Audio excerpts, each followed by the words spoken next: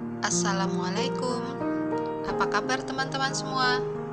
Pada video kali ini saya akan berbagi informasi mengenai life saving appliance maintenance. Jadi, maintenance apa saja yang kita lakukan untuk alat-alat keselamatan yang ada di atas kapal kita. Tapi sebelumnya, saya ingin memberitahukan untuk alat-alat keselamatan di atas kapal itu terdapat pada publication SOLAS dan Life Saving Appliance Code atau LSA Code.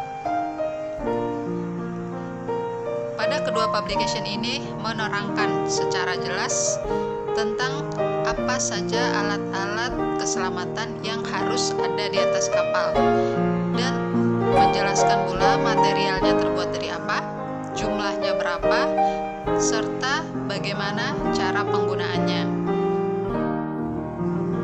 Jadi kedua publication itu harus ada di atas kapal, wajib ya teman-teman.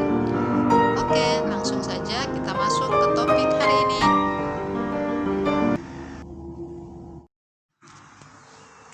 Yang pertama adalah life jacket atau baju pelampung. Untuk life jacket ini, maintenance yang kita lakukan adalah pengecekan secara visual. Pastikan life jacket ini tidak ada yang sobek, karena kalau dia sobek, air dapat masuk ke dalam spon dan baju itu tidak bisa mengapung lagi. Jadi orang yang memakai pelampung itu bisa tenggelam, jadi sangat berbahaya. Lalu kita cek lampunya, self-igniting light-nya, dia harus bisa menyala jika terkena air, dan whistle-nya. Jadi kita harus pastikan whistle-nya itu berbunyi saat ditiup. Kita juga harus mengecek dia punya marking untuk nama kapal, call sign kapal, dan port of registry. Jadi jika ada emergency situasi, orang yang menggunakan pelampung tersebut mudah untuk diidentifikasi. Untuk penempatannya, life jacket ini harus tersedia di semua cabin atau di semua kamar sesuai penghuni kamarnya. Jadi satu orang itu harus dapat satu. Jadi yang saya lakukan setiap saya naik kapal pertama kali masuk kamar, yaitu saya cek untuk life jacketnya ada atau tidak, karena itu penting sekali. Yang kedua, itu harus ada di tempat-tempat di mana ada orang berjaga di sana, seperti di bridge atau anjungan, di engine room, dan di hospital. Serta ada penambahan untuk spare-nya lagi. Kalau untuk kapal penumpang pasti ada juga untuk yang ukuran anak-anaknya. Jadi itu teman-teman bisa melihat referensi di SOLAS untuk jumlahnya. Serta loker-loker tempat penyimpanan life jacket harus diberikan AIMO simbol untuk markingnya. Jadi mudah untuk kita mencari di mana life jacket tersebut. Alat keselamatan yang kedua adalah life buoy. Untuk life buoy ini terdapat beberapa jenis, yang diantaranya life buoy yang hanya punya grab line saja. Lalu yang kedua itu ada yang memiliki tali panjang, ada juga yang memiliki self-igniting light atau lampu yang bisa menyala secara otomatis, dan ada juga life buoy yang dilengkapi dengan smoke signal dan self-igniting light, yaitu MOB. Untuk lebih mengetahui jumlahnya, jenisnya, dan ukurannya, beratnya, teman-teman bisa menggunakan referensi dari SOLAS dan LSA Code. Saya hanya menyampaikan untuk maintenance-nya saja. Untuk life buoy sendiri, pengecekan yang kita lakukan adalah visual check.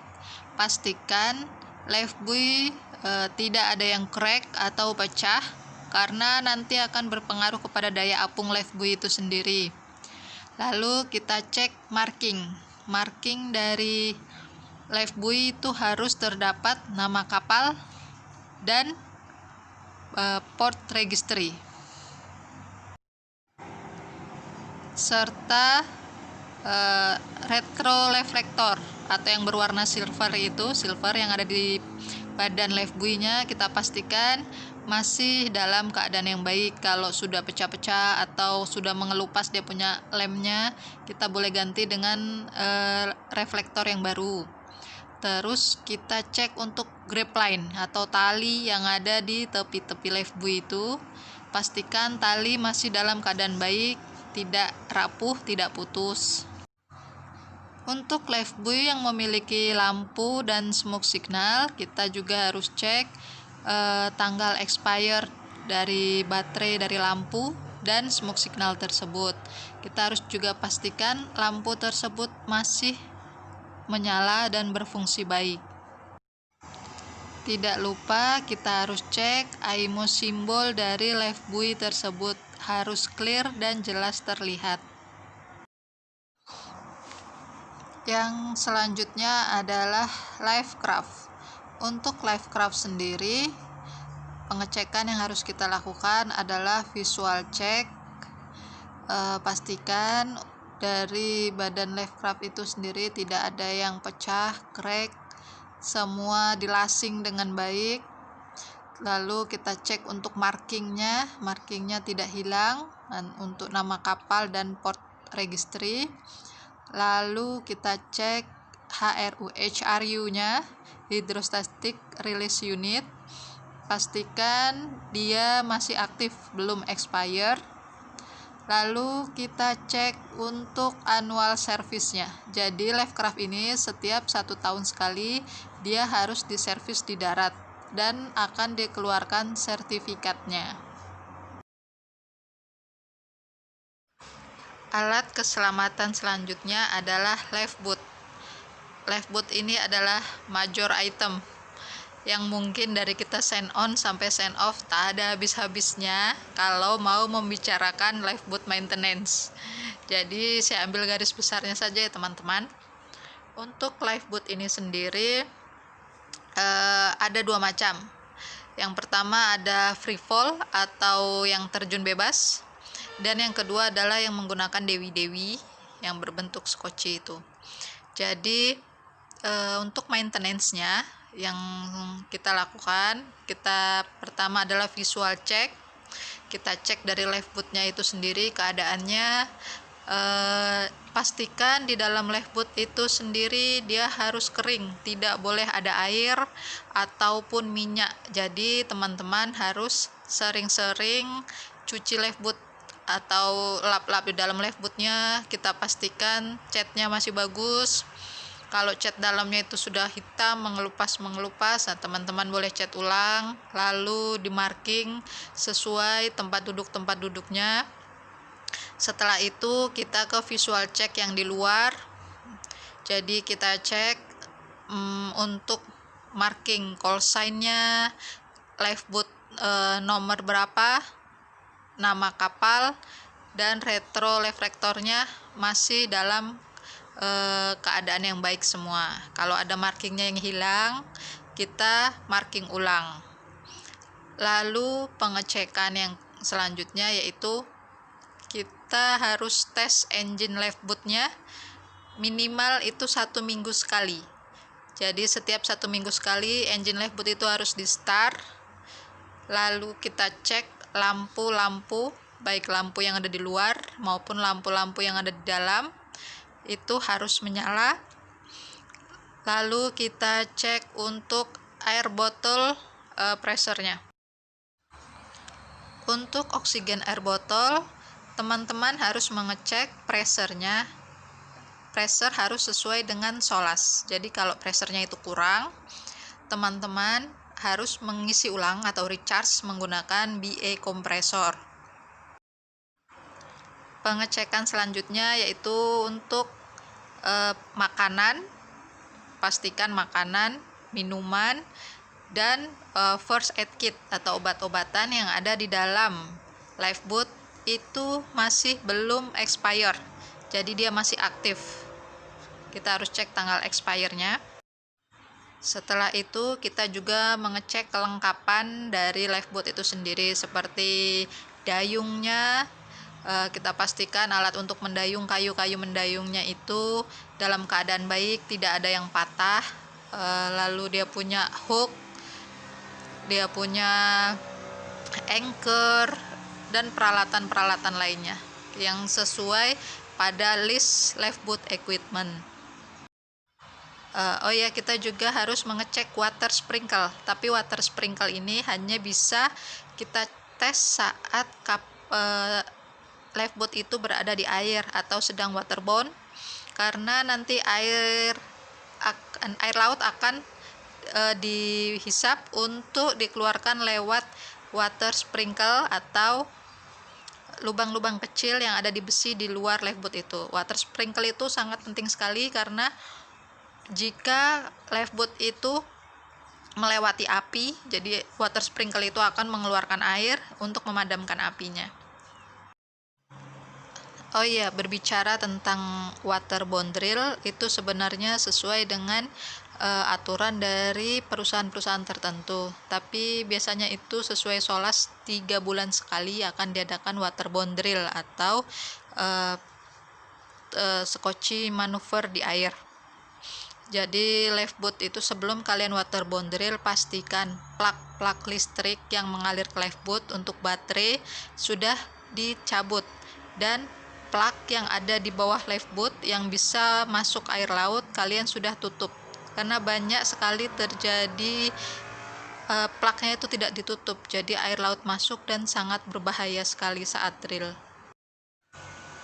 Maintenance lifeboat selanjutnya yaitu kalian harus grease dari wire-wirenya, cek visual, pastikan wirenya itu tidak ada yang berkarat, tidak ada yang lengket, jadi harus di grease terus. Wire kecil dan wire besarnya berfungsi baik semua, jadi saat nanti lifeboat itu rilis secara otomatis, itu dia bisa turun dengan baik, tidak macet-macet. Lalu kalian juga harus cek dari dia punya tiang-tiang atau davitnya itu, cek dia punya karat-karatnya. Kalau rantai-rantainya atau punya gripnya itu dia berkarat, kalian ciping-ciping lalu dicat lagi biar cantik.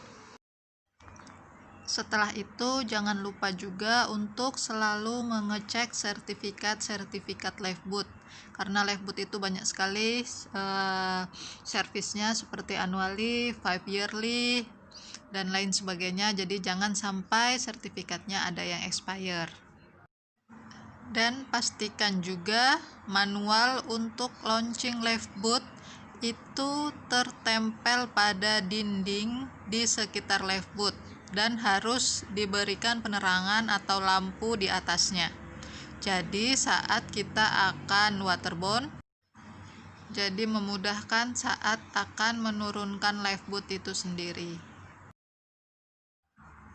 Alat keselamatan selanjutnya yaitu ada pyrotechnic.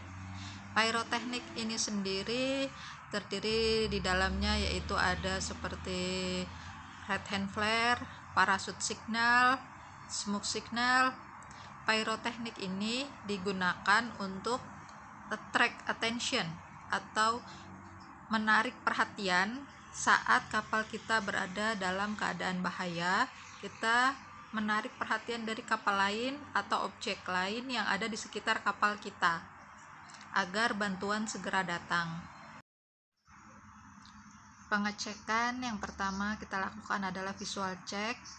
Pastikan tanggal expire dari pyrotechnic itu masih jauh, lalu keadaan dari pyrotechnic itu dalam keadaan baik, tidak ada yang pecah, tidak ada yang hilang punya simbol-simbolnya. Dan kita juga harus membaca manual instruction atau manual penggunaan dari pyrotechnic itu tersebut, jadi saat keadaan emergensi kita tidak salah dalam menggunakannya.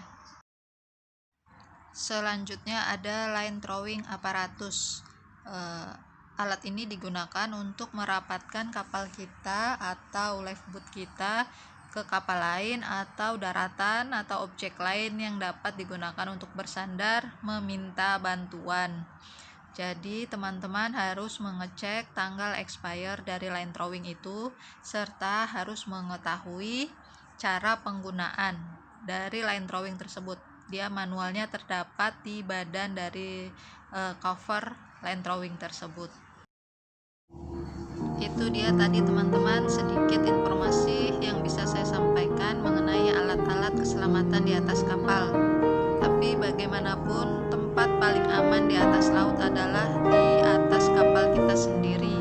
Jadi meninggalkan kapal adalah pilihan terakhir saat tidak bisa lagi bertahan di atas kapal. Semoga bermanfaat untuk teman-teman semua.